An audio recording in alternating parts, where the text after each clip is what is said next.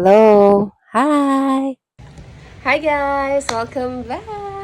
So, for today's video, mag-a-unbox tayo. So, let's go. I'm so excited. Wow, excited. Very good. Commercial. Eh.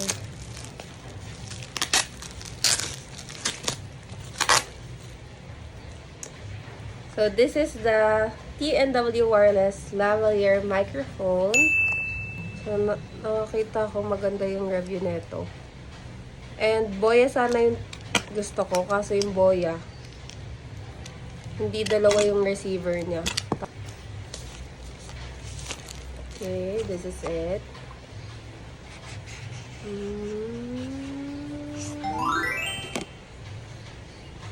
Ayan.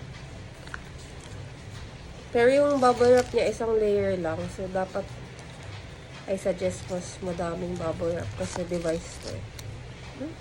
Tada! So, try na natin. At hindi ako marunong. What? So, ito yung mic niya. Yan. Pwede siyang i-clip sa damit. Ganyan. And then, ito pa yung isa niyang mic. Ito testing ko pareho. And, ito yung pinaka-receiver. Kung gagamit ka ng Type-C, may Type-C. And ito yung gagamitin ko, yung pang iOS. This is my voice without the mic. Hello! Hi! So, eto na siya, gumagana. Tatry ko naman yung isang receiver. Hi guys! Tatry ko din siya. May mga option dito. 1, 2, 3, 1, 2, 3, test mic. Magsalita ka nga, ganyan kalayo. Hello.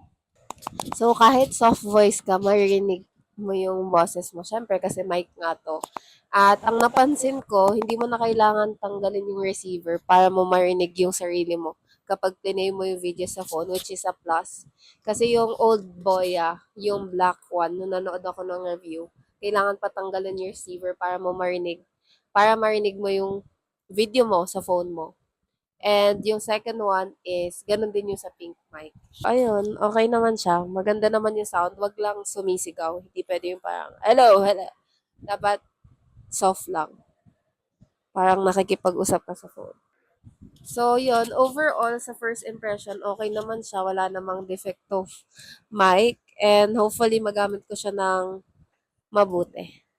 So, papakita ko sa inyo yung pinaka-body niya. So, dito na daw nag-charge yung device and Type-C. Type-C yung charger niya.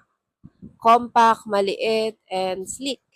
So, paano nyo nga ba malalaman kapag naka-on na yung noise reduction? This is my voice without the noise reduction. And one click, may noise reduction na siya. Mas malinis na yung sound, di ba? And kung gusto nyo i-mute, double click nyo lang.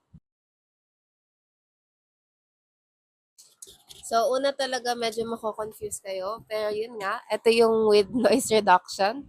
Kapag nag-on na yung light sa gitna, ay sa last part, ito yon. Ibig sabihin, naka-on na yung noise reduction. Pag naka-on na yung ilaw sa gitna, ibig sabihin, naka-mute na kayo. So, if ever kailangan nyo mag-mute, if nagla-live selling kayo, or for any purpose to mute, you can do so. Overall, I'm liking the sound. Okay naman siya. At kapag nagsasalita, kahit naka-on yung electric fan. Ayan, naka-on yung electric fan ah. So, ngayon guys, iti-testing naman namin na dalawa yung gumagana. Hi! Hello. Mic check. Hello. Hi guys! Yun lang guys. Pagsabay daw, pwede ba? Hi!